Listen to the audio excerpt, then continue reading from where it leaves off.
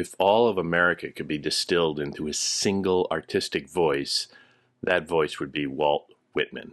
Born in 1819, lived until 1892, nice long life. He was the premier poet of 1800s America and arguably ever since.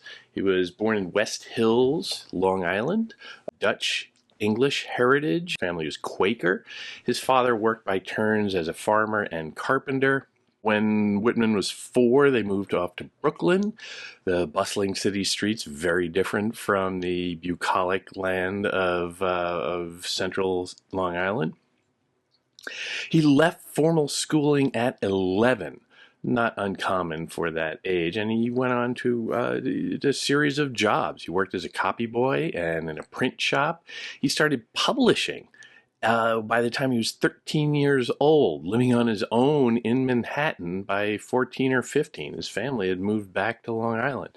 And he just went about a life as a kind of hustling writer from then on. He wrote, printed, and publicized, often delivered his own work for years. And he had brief stints as a school teacher on Long Island, kind of unsuccessful at that. He edits weekly newspaper, a paper called The Long Islander in Huntington in 1838. In the mid-1840s, he edited the Brooklyn Daily Eagle, a pretty significant perch for him at that point. He moved to New Orleans in 1848 for a very brief stint editing the Daily Crescent. Lasted just a few months, but that was really his biggest travel experience, and he did write about it in some poems eventually. He also dabbled in real estate speculation, anything to try and support himself, and all the while just stewing with ideas and inspirations and reading an awful lot to educate himself. Around the 1840s, when he was really out there hustling as a writer, he heard the call from Ralph Waldo Emerson. Emerson had been in a couple of different forums and essays calling for a distinctly American voice in poetry and art, and saying that everybody up till now has been too influenced by European models. We need to come up with our own ideas. Our log rolling, our stumps and their politics, our fisheries, our Negroes and Indians, our boasts and our repudiations, the wrath of rogues and the pusillanimity of honest men, the northern trade, the southern planting, the western clearing, Oregon and Texas are yet unsung. And that's from his essay called The Poet in 1844. He wants to see this, and Whitman hears this and takes it as a kind of religious calling from that moment. And the work that he produced out of that was, if nothing else, distinctly American. He develops free verse as a specifically American poetic idiom, a language that couldn't be cribbed into tight forms and categories. The Brooklyn print shop, where he paid for the first edition of Leaves of Grass, generally handled legal printing and public notices, and so he had to print it on very extra wide paper. And to do that, he saw that as an opportunity, and he just started to fill those very wide pages with extra long lines. And when you look at the early drafts of, or early editions of Leaves of Grass, those lines go on forever. Especially in Song of Myself, they're ridiculous. In future editions, they usually have to be broken halfway, and the printers always have to make some compromises. But the original thing was that it would expand beyond the normal lengths, like America itself is about space and width and opportunity, and we need to fill that blank canvas with our character, with our spirit, with our American identity. And Whitman, that shows Whitman experimenting. That shows Whitman being kind of clever. That shows Whitman taking what could be seen as, oh, geez, this is the only paper we have, but he actually made something more of it. He is an inveterate artist. And the book he produces is itself a kind of miracle. It goes through several successive printings, comes out with versions roughly in 55, 56, 1860, 67, 71, 81, 91, or 92. That last one is considered the deathbed edition. That's sort of the nickname. The first one is the first edition. And they were interesting because it's essentially the same book he is producing each time. It's just that he is developing it, he's adding to it, he's making some changes, rearranging it over the course of his lifetime. So it is really just the one book that he produces that he is known for, and they are distinct. Here is my old beat up copy of Leaves of Grass, the deathbed edition, old paperback copy. It's not my favorite one. It's not my favorite copy. I have a hardcover that I like, but this is very handy. But you can see, that's pretty substantial. That's pretty thick.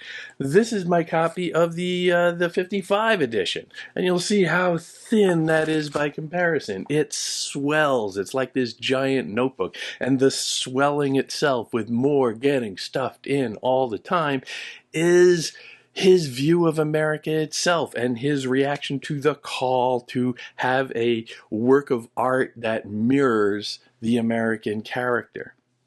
He produces other writings as well. He has significant other publications that are really only significant, quite honestly, to scholars. He writes a novel in 1842 called Franklin Evans, or The Inebriate. It's a temperance novel. It's trying to encourage the temperance movement. He was a Quaker, after all. And he just wrote it really to make a buck. He writes a physical exercise how-to manual called Manly Health and Training, 1858.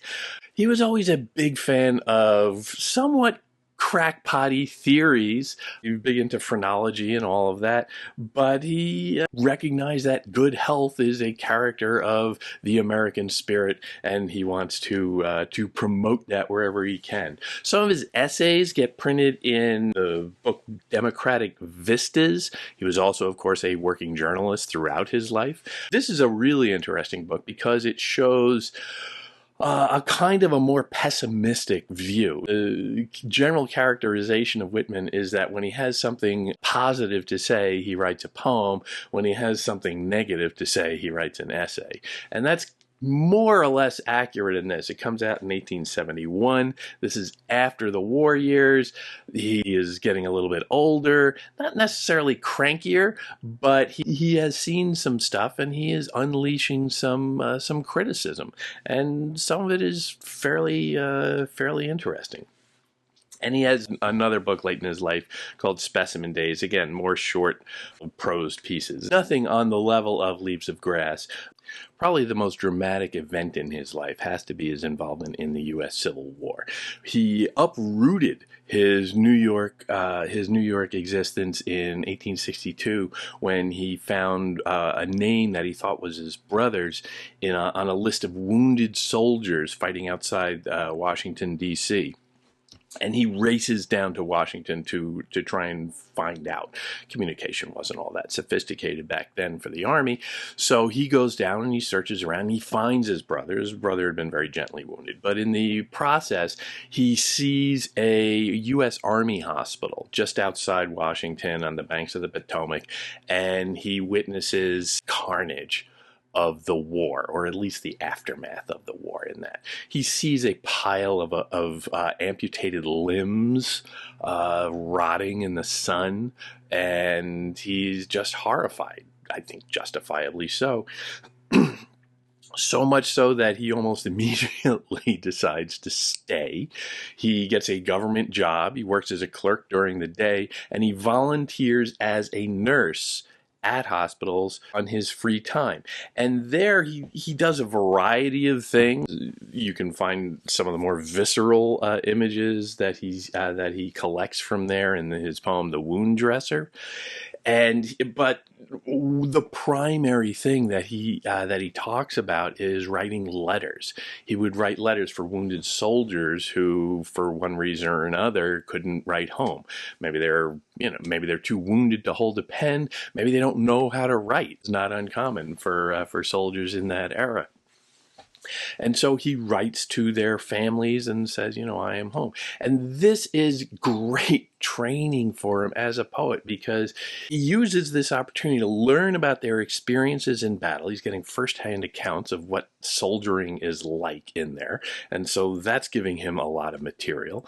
But also he's developing his poetic voice itself by trying to write in the voices of these soldiers and see life from their perspective. And that's a real breakthrough for him. And that is one of the few opportunities that he takes to tamp down his own perspective, his own celebrated character so much that so dominates everything that he's writing, and forces him to work in a kind of a different medium almost. The Civil War poetry is very, very different from everything else that he writes.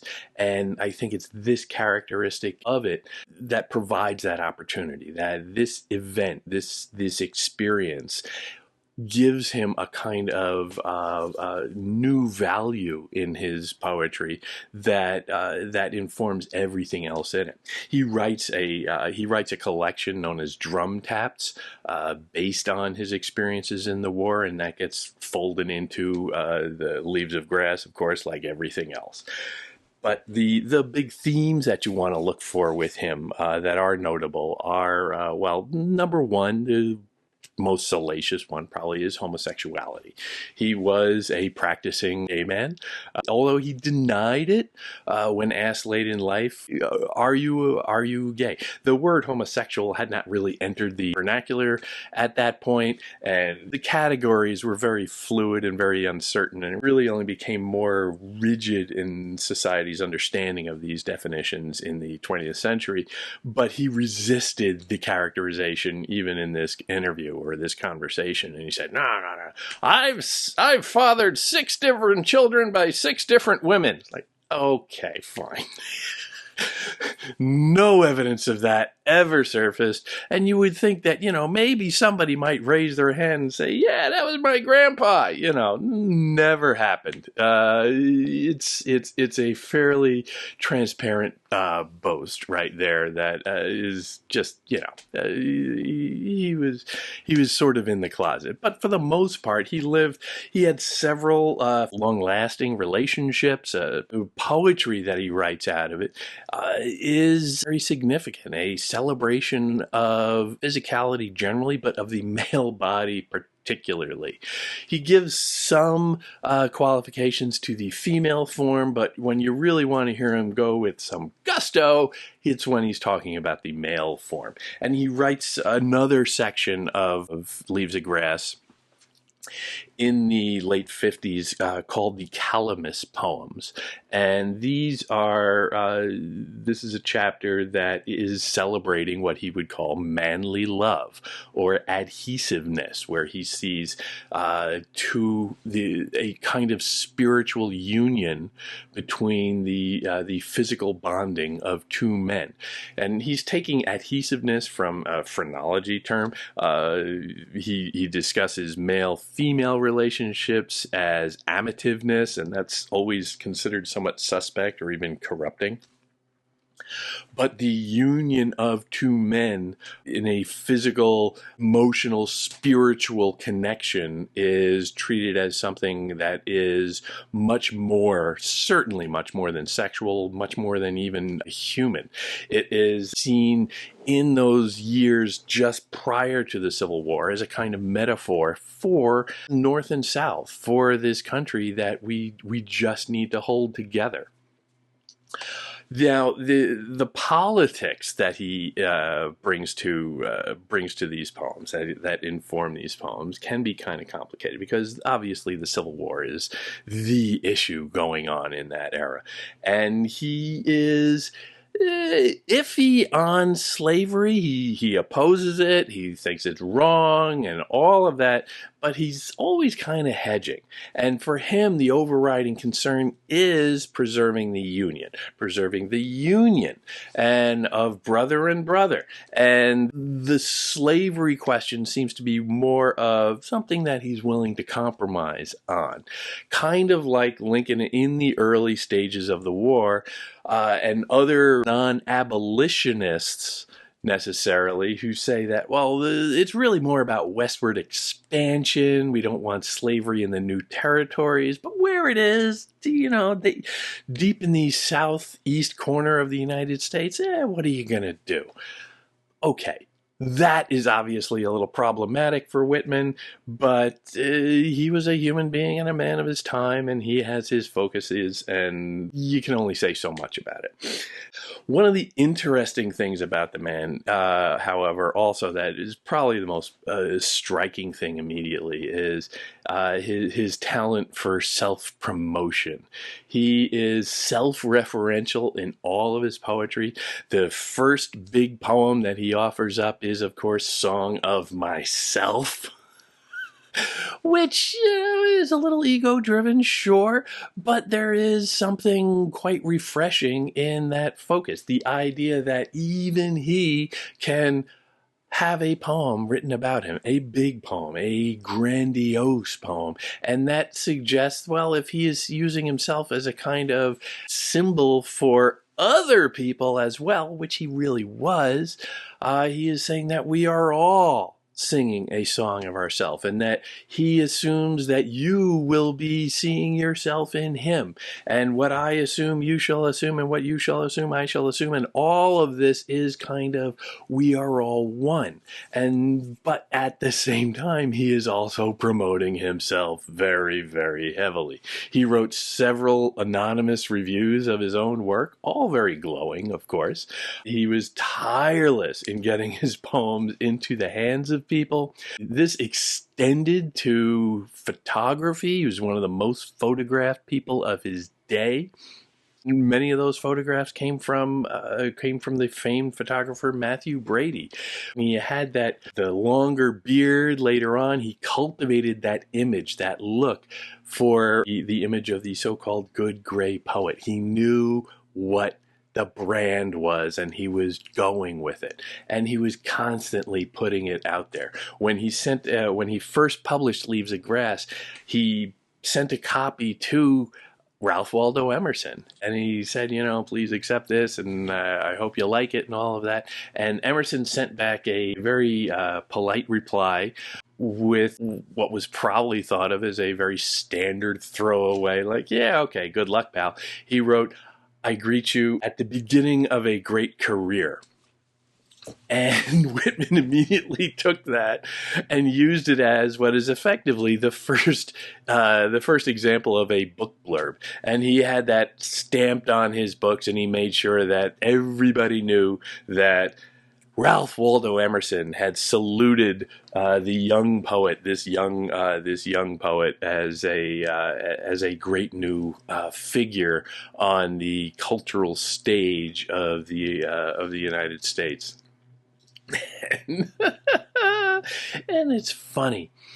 The best image of him that he comes out with, however, is probably the iconic one, which he used on the title page or on the frontispiece, one of the earlier pages of the first edition of Leaves of Grass. He did not have his name there. He just had a photograph of himself, and it's not like a close-up like you would see today where it's just sort of the author's face.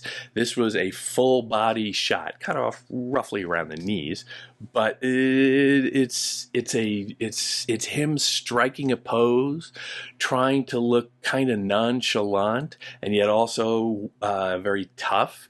He liked to fashion himself as one of the rough and tumble Bowery boys from downtown Manhattan, just as likely to buy you a drink as to punch you in the face. And it is a bold image. He's got his hand on his hip. He's got sort of a, what are you looking at look on his face. He's got these old kind of beat up clothes. Best part of this, however, is that recent scholarship has suggested that Whitman worked with an engraver on some of the printings to enhance the size of his crotch in the picture. It's silly, but what are you going to do? It's funny. So, in Whitman, you got to look for many things because he has so many things. Number one, verbosity. He likes to use language. None of it is particularly difficult, although he does make up some words. He does toss in the occasional foreign word, but for the most part, it's very easy to understand. But there are a lot of words. He overflows you with words. The language is very important to him. The size and scope of the poem is very important to him. He wants to overwhelm you.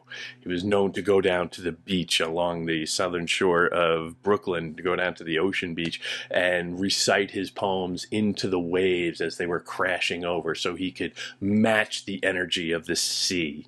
He's an interesting guy. Look as well for populism. He is very much a voice of the people and trying to celebrate the common man against the elites, against the narrow-minded, against the Europhiles.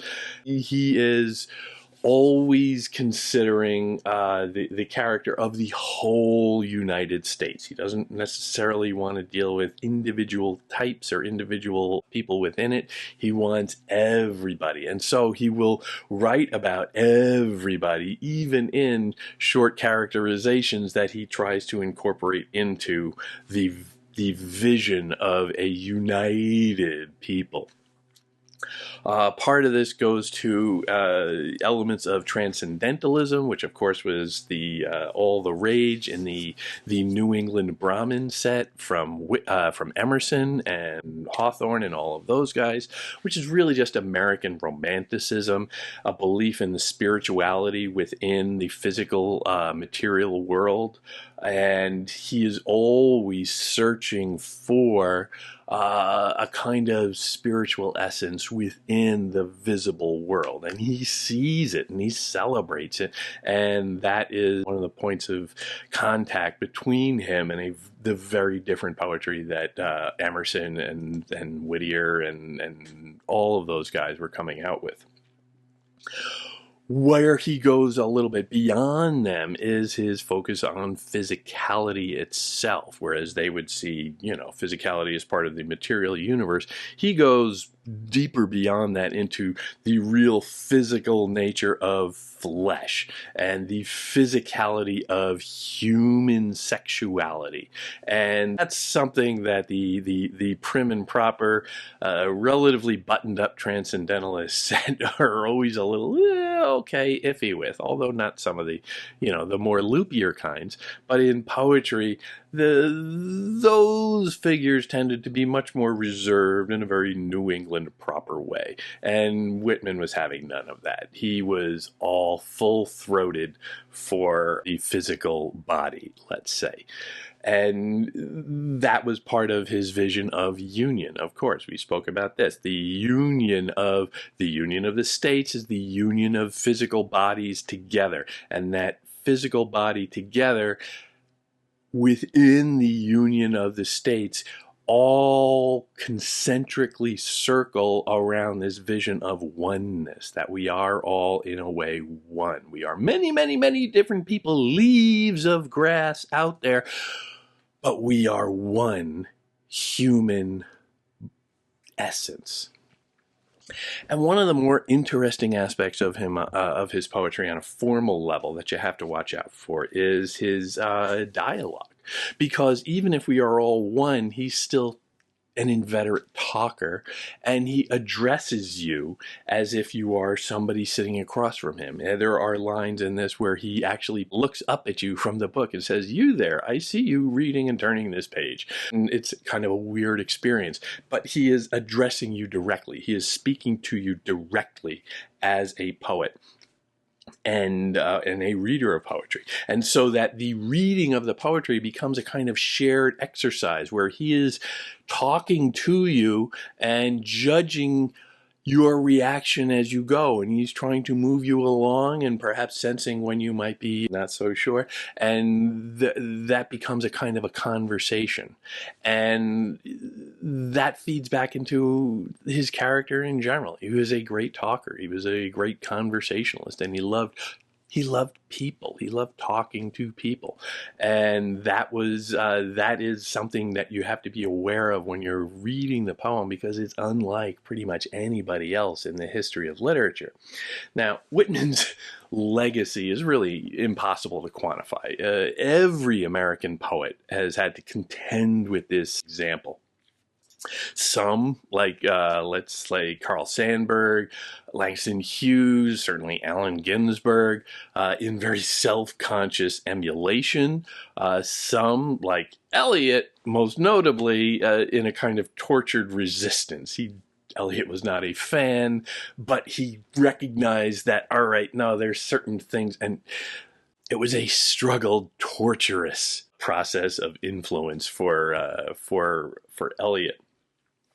But this influence extended overseas. Oscar Wilde came all the way to Camden, New Jersey to visit him near the end of his life. French writers helped promote Whitman and celebrate Whitman in translation when it made it there, and that in turn started to affect how the northeastern critics and intellectuals of America started to say, oh, well, yeah, this Whitman guy, we were fans all along.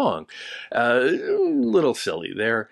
Pablo Neruda brought Spanish language readers to Whitman and developed a similar free verse style inspired by the master. And Whitman is now generally accorded the same kind of recognition as Dante in Italian, Shakespeare in Britain, and maybe Homer in Greece, Goethe in Germany. He is a quintessence of America. But Whitman was a complicated figure. He doesn't always fit neatly into the popular brand he worked to cultivate. But as he himself wrote, if he contradicts himself, well, then he contradicts himself. Whitman contains multitudes.